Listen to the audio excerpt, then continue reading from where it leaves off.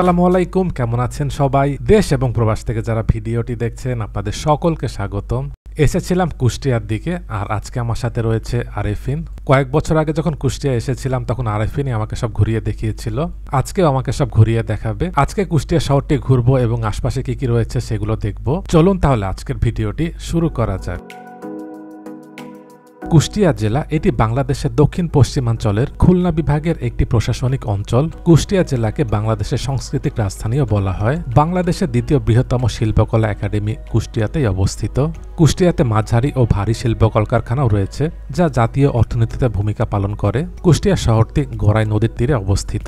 মুঘল শাসনামলে নৌযান চলাচলের জন্য পদ্মা, গড়াই এবং কালীগঙ্গা নদীর কারণে কুষ্টিয়া গুরুত্বপূর্ণ এলাকা হিসাবে পরিচিতি পায়। কুষ্টিয়া জেলার মানুষের কথ্য বাংলাদেশের বাংলা ভাষা সবচেয়ে প্রমিত রূপ বলা হয়ে থাকে। এই জেলার ভাষা অত্যন্ত স্পষ্ট, শ্রুতিমধুর, উচ্চারণে জড়তাহীন ও সকলের কাছে সহজবোধ্য।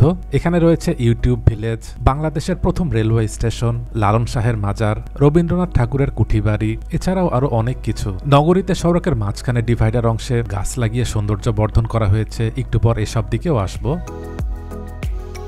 সামনে ডান পাশে এটি হচ্ছে লালন শাহ সেতু, আর বাম পাশে এটি হচ্ছে ব্রিটিশদের তৈরি করা হার্ডিংস সেতু। সেতু দুটির একটি প্রান্ত কুষ্টিয়ার ভেড়ামারা উপজেলা এবং অপর প্রান্তটি পাবনার ঈশ্বরদী উপজেলা, আর সামনে রূপপুরে পারমাণবিক বিদ্যুৎ কেন্দ্র। ব্রিটিশদের তৈরি করা এই হার্ডিংস সেতুটির নির্মাণকাল 1909 থেকে 1915। তৎকালীন ভাইসরয় লর্ড হার্ডিংসের নাম অনুসারে এই সেতুটির নামকরণ করা হয় হার্ডিংস সেতু। এখানে দুটি সেতুর দৈর্ঘ্যই 1.8 কিলোমিটার। হার্ডিংস সেতুর উপর দুটি ব্রডগেজ রেল লাইন রয়েছে।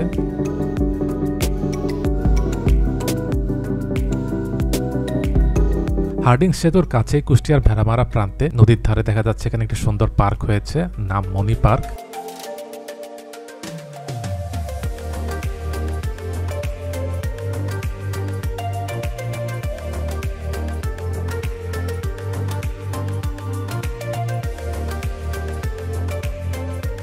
এবার এখান থেকে চলে যাব কুষ্টিয়া শহরের দিকে।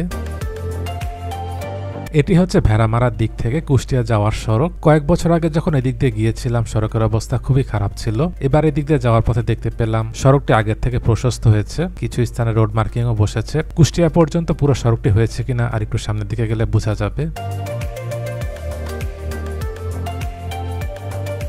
আজকের ভিডিওটিতে স্পন্সর করেছে অনলাইন বাংলা স্কুল। পৃথিবীর বিভিন্ন দেশ থেকে প্রবাসী শিশুরা এখান থেকে বাংলা ভাষা শিখতে পারে। বিস্তারিত জানতে ভিজিট করুন onlinebanglaschool.com। তাদের ওয়েবসাইটের লিঙ্কটি নিচে ডেসক্রিপশনে দিয়ে দিচ্ছি, সেখান থেকে পেয়ে যাবেন। এবার একটু সামনে আসলাম। এখানে আসার পর দেখতে পেলাম অল্প কিছু অংশে রাস্তার কাজটি বাকি আছে। প্রাকৃতিকভাবে কুষ্টিয়া খুব সুন্দর জায়গা। এখানে সড়কের দুপাশটি সবুজ হয়ে আছে, দেখতেও খুব ভালো লাগছে, আলহামদুলিল্লাহ। এবার চলে এসেছি ত্রিমোহনী বাইপাসের স্থানে। এই দিকটিতে এসে দেখতে পাচ্ছি এখানে গোল চত্বরটিকে সুন্দর করে সাজানো হয়েছে। এখানে সড়কের ডান পাশটি বাইপাস সড়ক, আর সামনের এই অংশটি চলে গেছে শহরের দিকে। গোল চত্বরের স্থানে তিনটি ছবি দেখা যাচ্ছে। একটি হচ্ছে কাঙ্গাল হরিনাথ মজুমদার, এটি মীর মোশাররফ হোসেন, আর অপর পাশেই ফকির লালন শাহ। এখান থেকে সড়কটি 4 লেন, সামনের অংশটি চলে গেছে মজমপুর গেটে। এবার এই দিক দিয়ে যাওয়ার পথে দেখতে পেলাম সড়কের মাঝখানে যে ডিভাইডার অংশ, সেখানে অনেক গাছ লাগানো হয়েছে। গাছ থাকলে যেমন নগরের সৌন্দর্য বৃদ্ধি করে, সেই সাথে এটি আমাদের পরিবেশের জন্যও ভালো।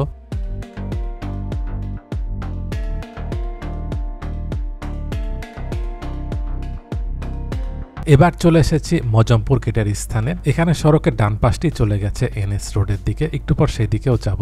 সড়কের পেছনের অংশটি চলে গেছে চৌড়াহাঁস মোড়ে। সামনে দেখা যাচ্ছে রেলগেট পড়েছে, ট্রেন যাবে। মজমপুর থেকে বটতৈল মোড় পর্যন্ত এখানে সড়কের মাঝখানের যে ডিভাইডার, সেই জায়গাগুলো দেখা যাচ্ছে খুব সুন্দর করে গাছ লাগিয়ে সাজানো হয়েছে। এখানে দৃষ্টিনন্দন সড়কবাতি এবং ফুটপাত অংশে পার্কিং টাইলস এবং গাছ লাগিয়ে দিলে এই জায়গাটিকেও দেখতে সুন্দর লাগবে। আর সবসময় যদি পরিষ্কার পরিচ্ছন্ন রাখা হয় তাহলে রাজশাহীর মতো কুষ্টিয়া হয়ে উঠবে একটি গ্রিন সিটি, ক্লিন সিটি। এখানে বাম পাশে যে ভবন দেখা যাচ্ছে এটি হচ্ছে সেলিমা মেডিকেল কলেজ হসপিটাল। অনেক আগে যখন এখানে এসেছিলাম তখন এটির কাজ চলছিল, এখনো দেখতে পাচ্ছি এটির কাজ এখনো পুরোপুরি শেষ হয়নি। সামনে এটি শহীদ আবরার ফাহাদ স্টেডিয়াম।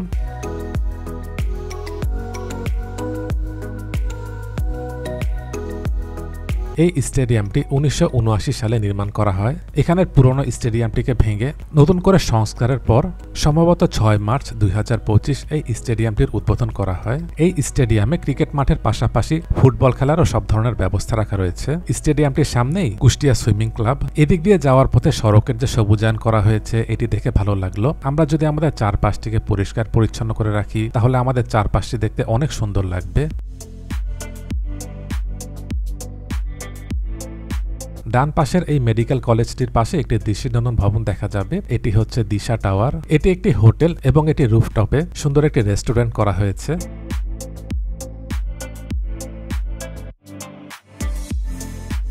যদি সময় পাই চেষ্টা করব এই দিকটিতে আসার, যেহেতু আজকে আরো অনেক জায়গায় যেতে হবে। ডান পাশে এটি হচ্ছে ডিসি পার্ক। এই জায়গাটিকেও দেখা যাচ্ছে সুন্দর করে সাজানো হয়েছে এবং চারপাশটি সবুজায়ন রয়েছে।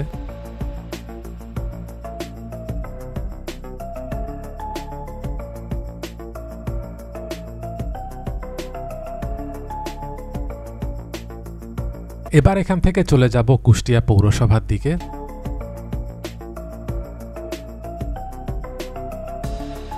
ডান পাশে এটি হচ্ছে কুষ্টিয়া জেলা স্কুল। সড়কটির সামনের অংশে চলে গেছে মজমপুর গেট। এবার চলে এসেছি কুষ্টিয়া পৌরসভার স্থানে। এখানে চারপাশটিও দেখা যাচ্ছে সবুজায়ন রয়েছে। এটি হচ্ছে পৌরসভাতে প্রবেশের গেট। একটি পাশে দেখা যাচ্ছে কাজী নজরুল ইসলামের ছবি এবং অপর পাশে রবীন্দ্রনাথ ঠাকুরের ছবি। ভিতরে প্রবেশের পর এখানে একটি বিজয় উল্লাস চত্বর দেখা যাচ্ছে। পৌরসভার এই ভবনটি বেশ পুরনো। পূর্বে এক সময় এটি একটি জমিদার বাড়ি ছিল। জানা যায় এটি জমিদার সতীশ সাহায়ের বাড়ি ছিল। পরবর্তীতে 1966 সাল থেকে কুষ্টিয়ার পৌরসভা কার্যালয় হিসাবে ব্যবহৃত হয়ে আসছে। এখানকার দরজা জালনায় কাঠের খড়খড়ি এখনো বিদ্যমান। ভবনের দেয়ালের পুরুত্ব প্রায় 2 ফুটের বেশি এবং কোণগুলো নকশায়িত।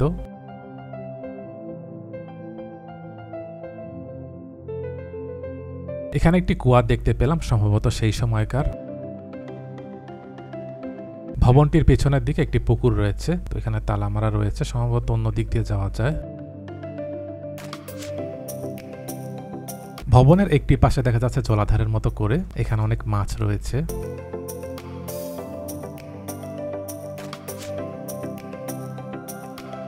পৌর ভবনের পাশে এটি হচ্ছে শিল্পকলা একাডেমি। এটি বাংলাদেশের দ্বিতীয় বৃহত্তম শিল্পকলা একাডেমি। এটি হচ্ছে এনএস রোড, মানে নবাব সিরাজউদ্দৌলা রোড। এটি কুষ্টিয়া শহরের একটি ব্যস্ততম সড়ক। আগে সড়কের মাঝে ডিভাইডার অংশে সড়ক বাতি ছিল, এখন দেখতে পাচ্ছি সেই বাতিগুলো নেই, আর ডিভাইডার অংশে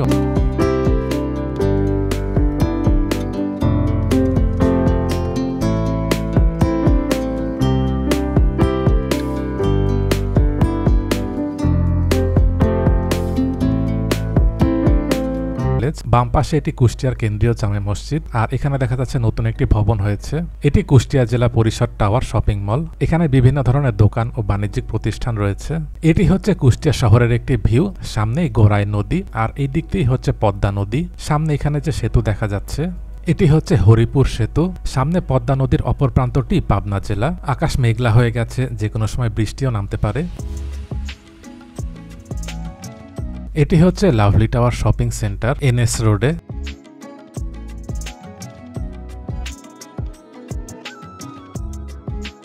সামনে এখানে যে ভবন দেখা যাচ্ছে এটি হচ্ছে কুষ্টিয়া সরকারি কলেজ। এটি হচ্ছে কলেজটির মাঠ, আর এটি পুকুর। মাঠটি বেশ বড়।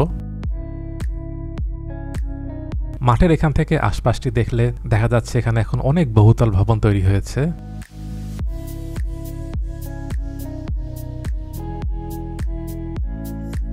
এবার এখান থেকে নদীর ধারে যাব। শুনেছি সেখানে একটি খুব সুন্দর পার্ক তৈরি করা হয়েছে। পার্কের দিকে যাওয়ার পথে এখানে বেশ পুরনো একটি ভবন দেখতে পেলাম। জানতে পারলাম এটি টেগর লজ। এখানে বসে রবীন্দ্রনাথ ঠাকুর অসংখ্য কবিতা লিখতেন, যা পরবর্তীকালে খনিকা, কথা ও কাহিনীতে প্রকাশিত হয়েছে। জানা যায় 1895 সালে রবীন্দ্রনাথ ঠাকুর নিজেকে ব্যবসায় জড়িয়ে ফেলেন। ভুসি মাল ও পাটের ব্যবসা করার জন্য রবীন্দ্রনাথ ঠাকুর এখানে প্রতিষ্ঠা করেছিলেন টেগর অ্যান্ড কোম্পানি। সে বছরই ব্যবসায়িক সুবিধার্থে টেগর অ্যান্ড কোম্পানি শিলাইদহ থেকে কুষ্টিয়ায় স্থানান্তর করেন। কোম্পানি দেখাশোনার জন্য কবি শহরের মিলপাড়া এলাকায় এই দোতলা বাড়িটি নির্মাণ করেন। বর্তমানে এই ভবনটি টেগর লজ নামে পরিচিত। নদীর ধারে রবীন্দ্র লালন উদ্যানের দিকে যাচ্ছি। এখানে রাস্তাটি কিছুটা সরু। এবার জেলা পরিষদ রবীন্দ্রলালন উদ্যানে চলে এসেছি। এই জায়গাটি দেখা যাচ্ছে সুন্দর করে সাজানো হয়েছে। প্রায় 30 একর জায়গা জুড়ে নির্মিত এই উদ্যানটি। কুষ্টিয়া শহরের ভিতর এটি সবচেয়ে বড় পার্ক। ডান পাশে গড়াই নদী।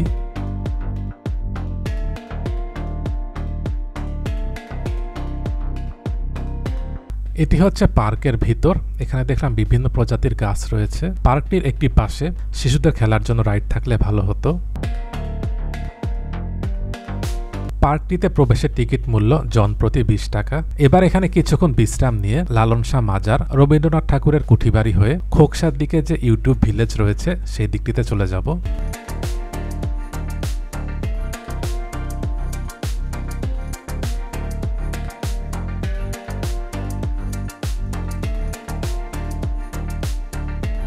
রবীন্দ্রলালন উদ্যানের একটু সামনেই এটি হচ্ছে মোহিনী মিল। 1908 সালে মাত্র 8টি তাঁত যন্ত্র নিয়ে মোহিনীমোহন চক্রবর্তী এই মিলটির যাত্রা শুরু করেন। ব্রিটিশ শাসন আমলে উপমহাদেশের ইতিহাসে যে কয়টি বস্ত্রকলের নাম পাওয়া যায়, মোহিনী মিল তার মধ্যে অন্যতম। বর্তমানে কারখানার ভেতর বেশ কিছু যন্ত্রপাতি পরিত্যক্ত অবস্থায় রয়েছে। মিলের পুরো জায়গাটি কুষ্টিয়া পৌরসভার মধ্যে। এটি হচ্ছে লালন শাহ মাজারে প্রবেশের গেট। লালনকে বাউল গানের অগ্রদূতদের অন্যতম একজন হিসেবে বিবেচনা করা হয়। তার গান 19 শতকে বেশ জনপ্রিয়তা অর্জন করে।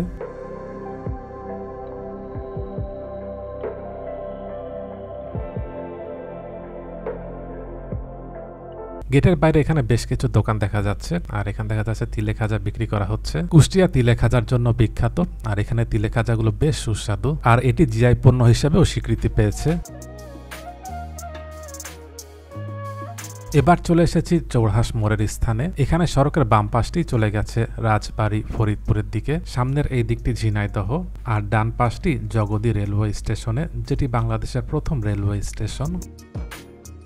এটি হচ্ছে জগদী রেলওয়ে স্টেশন। ইতিহাসে কালের সাক্ষী হয়ে আছে কুষ্টিয়ার এই জগদী স্টেশন। এটি এই দেশের প্রথম রেলওয়ে স্টেশন। ব্রিটিশ আমলে কলকাতা শিলাইদহ থেকে কুষ্টিয়া পর্যন্ত যাতায়াতের জন্য 1862 সালে এই স্টেশনটি চালু করা হয়। 1844 সালে R.M. স্টিফেনসন কলকাতার কাছে হাওড়া থেকে পশ্চিম বাংলার কয়লা খনি সমৃদ্ধ রানীগঞ্জ শহর পর্যন্ত রেললাইন নির্মাণের জন্য ইস্ট ইন্ডিয়া রেলওয়ে কোম্পানি গঠন করেন। এ কোম্পানি 1854 সালে হাওড়া থেকে হুগলি পর্যন্ত 38 কিলোমিটার রেললাইন চালু করে। এরপর 1862 সালের 29 September eastern Bengal railway Kolkata থেকে রানাঘাট পর্যন্ত রেলপথ চালু করে। এই লাইনটিকে বর্ধিত করে ওই বছরের 15 নভেম্বর কুষ্টিয়া জগদী পর্যন্ত 53.1 কিলোমিটার ব্রডগেজ রেললাইন শাখা উন্মোচন করা হয়। সেই সময় প্রতিষ্ঠিত হয় পূর্ববঙ্গের প্রথম রেলওয়ে স্টেশন জগতী। পরে ঢাকার সাথে কলকাতার যোগাযোগ ব্যবস্থা সহজ করতে 1871 সালের 1 জানুয়ারি জগদী থেকে বর্তমান রাজবাড়ী জেলার পদ্মা নদী তীরবর্তী গোয়ালন্দ ঘাট পর্যন্ত রেললাইন চালু করা হয়। সেই সময় মানুষ কলকাতা থেকে ট্রেনে করে জগদী স্টেশনে এসে গোয়ালন্দ ঘাটে যেতেন, সেখান থেকে স্টিমারে পদ্মা নদী পেরিয়ে চলে যেতেন ঢাকায়। কালের সাক্ষী হয়ে আজও দাঁড়িয়ে আছে দেশের এই প্রথম রেলওয়ে স্টেশন। স্টেশনটি দেখতে পেলাম অনেকটা পরিত্যক্ত অবস্থায় রয়েছে। ঐতিহাসিক এই স্থাপনাগুলো সংরক্ষণ করে রাখাও খুব জরুরি। এখানে যখন এসেছিলাম দেখতে পেলাম একটি ট্রেন যাচ্ছে। এটি হচ্ছে সুন্দরবন এক্সপ্রেস।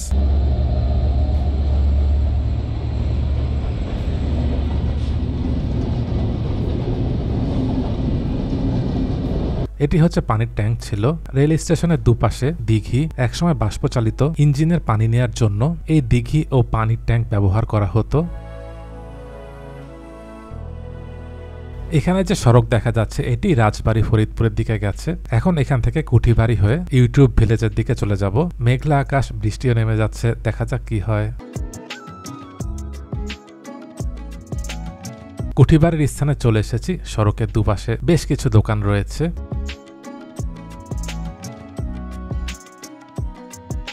এখানে যখন এসেছিলাম তখন এটি বন্ধ ছিল। এটি খুলবে দুপুর 2:30 সামনে এখানে সময়সূচি এবং টিকিট মূল্য দেয়া রয়েছে। ভিডিওটি স্টপ করে দেখে নিতে পারেন। আর এখানে লেখা রয়েছে সাপ্তাহিক বন্ধ, রবিবার এবং সোমবার অর্ধদিবস বন্ধ।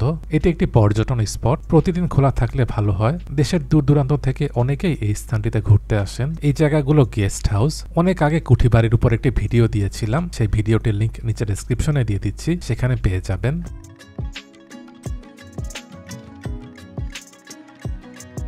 খোকসায় ইউটিউব ভিলেজের স্থানে যাচ্ছি। কুষ্টিয়া শহর থেকে সেই জায়গার দূরত্ব প্রায় 28 কিলোমিটার। এই সড়কটি দৌলতদিয়া ফেরিঘাট পদ্মা সেতুর দিকেও গেছে।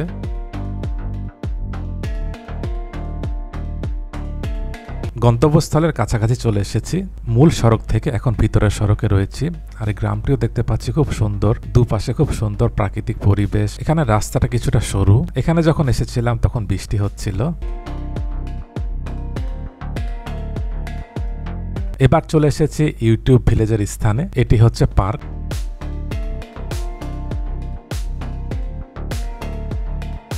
রান্নার জন্য যে ভিডিও সেটি এই স্থানেই করা হয়। বৃষ্টির কারণে হয়তো এখানে আজকে রান্নার ভিডিওগুলো হয়নি। আর এখানে দেখা যাচ্ছে বসার জন্য বেঞ্চের মতো করে দেওয়া হয়েছে। এখানে যেহেতু অনেক রান্না করা হয়, সবাই এখানে বসে সেগুলো খায়। অনেকে যারা এখানে ঘুরতে আসেন, রান্না শেষ হয়ে গেলে এখানে ফ্রিও খেতে পারেন। এটি হচ্ছে রান্না করার স্থান। এটি হচ্ছে ইউটিউব ভিলেজ পার্ক। এর আগে কখনো এখানে আসা হয়নি, এবারই প্রথম আসলাম। এখানের ভিতরে কি কি রয়েছে চলুন সেই অংশগুলো দেখে আসি। ভিতরে প্রবেশের পর দেখতে পেলাম এখানে একটি পানির ফোয়ারা করা হয়েছে।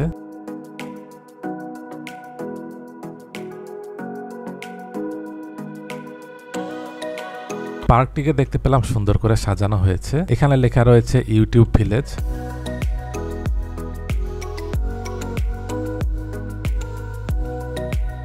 এখানে দেখতে পেলাম বাচ্চাদের জন্য খেলার রাইডও রয়েছে।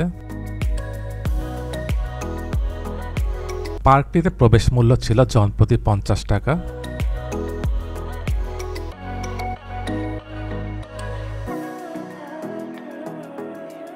এই জায়গায় দেখা যাচ্ছে একটু লেকের মতো করা হয়েছে, আর এখানে বোটিং এরও ব্যবস্থা রয়েছে।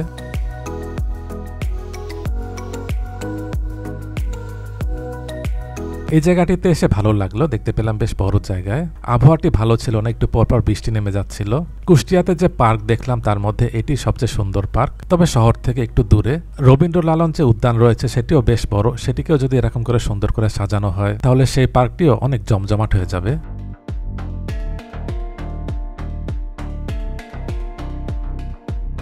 এখানে একটি ছোট মুদি দোকান দেখতে পেলাম, চা, কফি, স্ন্যাক্স, আইসক্রিম খাওয়ার ব্যবস্থা রয়েছে। পার্কটি সপ্তাহে 7 দিনই খোলা থাকে, সকাল 8টা থেকে সন্ধ্যা 7টা পর্যন্ত।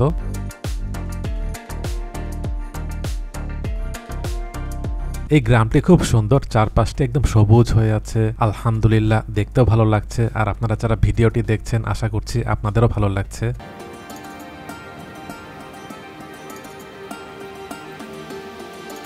এবার ইসলামী বিশ্ববিদ্যালয়ের দিকে যাব, যেটি কুষ্টিয়া এবং ঝিনাইদহর মাঝামাঝি। ডান পাশে যে রেল সেতু দেখা যাচ্ছে এটি বাংলাদেশের প্রথম রেল সেতু। এখানে গড়াই নদীর উপর নির্মিত। গড়াই এই রেল সেতুটি 1865 সালে নির্মিত হয়। সামনে এটি কুষ্টিয়া মেডিকেল কলেজ হাসপাতাল। সরকারি ব্যবস্থাপনায় পরিচালিত এই প্রতিষ্ঠানটি 2011 সালে প্রতিষ্ঠিত হয়, যা বর্তমানে দেশের একটি অন্যতম প্রধান চিকিৎসা বিজ্ঞান বিষয়ক শিক্ষা প্রতিষ্ঠান। কলেজটির সাথে 500 শয্যা বিশিষ্ট কুষ্টিয়া জেনারেল হাসপাতাল রয়েছে।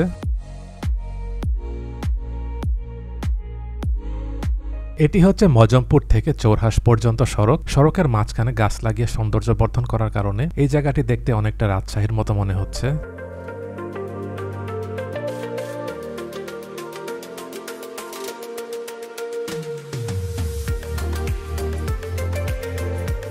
এবার বিসিক শিল্পনগরের স্থানে চলে এসেছি। এখানে বাংলাদেশের বড় ভারী শিল্প কলকারখানা রয়েছে। এখানে মূলত বিআরবির factory, Kiam metal, polymer, jute mill, BRB cable, যেটি বাংলাদেশের একটি আন্তর্জাতিক মানের কেবল উৎপাদনকারী প্রতিষ্ঠান। এই কোম্পানিটি বিশ্বের শীর্ষস্থানীয় তার ও তার উৎপাদনকারী কোম্পানিগুলোর মধ্যে অন্যতম। এছাড়াও ব্রিটিশ আমেরিকান টোবাকো, বুলবুল টেক্সটাইল, তাঁত শিল্প, অ্যাগ্রো ফার্ম, চাল শিল্প সহ আরো অনেক কিছু রয়েছে। এই টাওয়ারটি কুষ্টিয়ার সবচেয়ে উঁচু ভবন এবং অনেকেই এটিকে বাংলাদেশের সবচেয়ে উঁচু ভবন বলে থাকেন, যদিও ঢাকাতে বেশ কিছু উঁচু ভবন তৈরি হচ্ছে।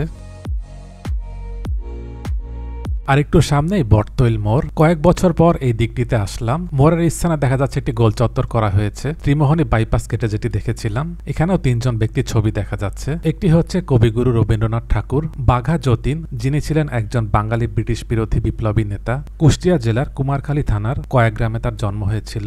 জাস্টিস রাধা বিনোদ পাল, যার কারণে জাপান বাংলাদেশ দুটি দেশের মধ্যে বন্ধুত্বপূর্ণ সম্পর্ক তৈরি হয়েছে। 1946 থেকে 48 সালে দ্বিতীয় চীন জাপান যুদ্ধে জাপানি সেনাবাহিনীকে যুদ্ধাপরাধী সাব্যস্ত করে যে বিশেষ আদালতে বিচার হয়, তিনি ছিলেন সেই আদালতের অন্যতম বিচারপতি। তিনি বিচক্ষণ রায় দিয়ে জাপানকে যুদ্ধাপরাধের অভিযোগ থেকে মুক্ত করেন। 1886 সালের 27 জানুয়ারি কুষ্টিয়া জেলার মাহকুমার দৌলতপুরের মথুরাপুর ইউনিয়নে জন্মগ্রহণ করেন।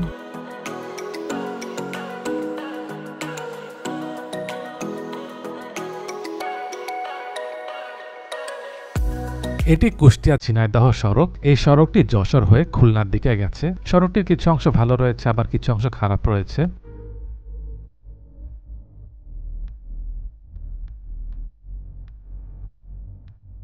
এবার চলে এসেছি ইসলামী বিশ্ববিদ্যালয়ের দিকে। কুষ্টিয়া এবং ঝিনাইদহের মাঝামাঝি স্থানে এই বিশ্ববিদ্যালয়টির অবস্থান। স্বাধীনতার পর বাংলাদেশে প্রতিষ্ঠিত প্রথম এই সরকারি বিশ্ববিদ্যালয়টি। ইসলামী এই বিশ্ববিদ্যালয়টি 22 নভেম্বর 1979 সালে স্থাপিত হয়। এটি কুষ্টিয়া শহর থেকে 24 কিলোমিটার এবং ঝিনাইদহ থেকে 22 কিলোমিটার দূরত্বে অবস্থিত।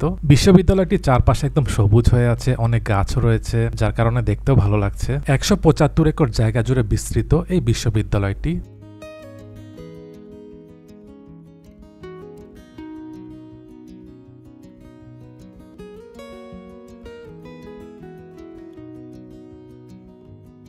এটি হচ্ছে বিশ্ববিদ্যালয়টির কেন্দ্রীয় মসজিদ, বাংলাদেশের অন্যতম বৃহৎ একটি মসজিদ।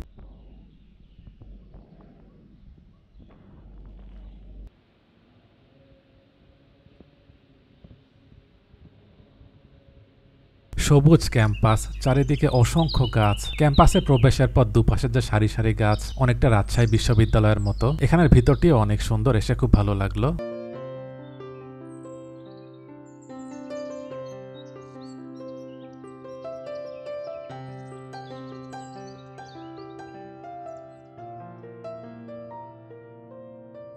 ক্যাম্পাসটির পেছনের অংশটি একদম সবুজ হয়ে আছে, আলহামদুলিল্লাহ। দেখে মনে হচ্ছে যেন বাইরের দেশের একটি দৃশ্য।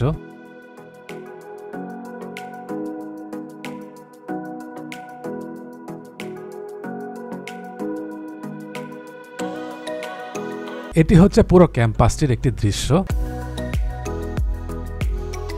সামনে এটি হচ্ছে কুষ্টিয়া সুগার মিল। বর্তমানে মিলটি বন্ধ রয়েছে। 1961 সালে এই শিল্প প্রতিষ্ঠানটি নির্মাণ কাজ শুরু হয়ে 1965 সালে সমাপ্ত হয়। এটি কুষ্টিয়া জগতিতে অবস্থিত। এখানে চারপাশটা একদম সবুজ হয়ে আছে, দেখতেও ভালো লাগছে। আকাশে দেখা যাচ্ছে অনেক মেঘ জমেছে। এটি হচ্ছে বাইপাস সড়ক। কুষ্টিয়া ঘুরে ভালো লাগলো। আজকে মূলত আরেফিন আমাকে সব জায়গাগুলো ঘুরিয়ে দেখিয়েছে, সেজন্য আরেফিনকে ধন্যবাদ। আমাকে আরো কিছু জায়গায় নিয়ে যাওয়ার কথা ছিল, একদম টানা বৃষ্টি শুরু হয়ে যায়, বৃষ্টি থামছিলই না, যার কারণে আমরা আরো কিছু জায়গায় যেতে পারিনি। ইনশাল্লাহ আবারও আসা হবে। ভিডিওটি কেমন লাগলো কমেন্ট করে জানাবেন। ভালো লেগে থাকলে লাইক এবং শেয়ার করে অন্যদেরকেও দেখার সুযোগ করে দেবেন। দেশ এবং প্রবাস থেকে এতক্ষণ ধরে যারা ভিডিওটি দেখলেন, আপনাদের সকলকে অসংখ্য ধন্যবাদ।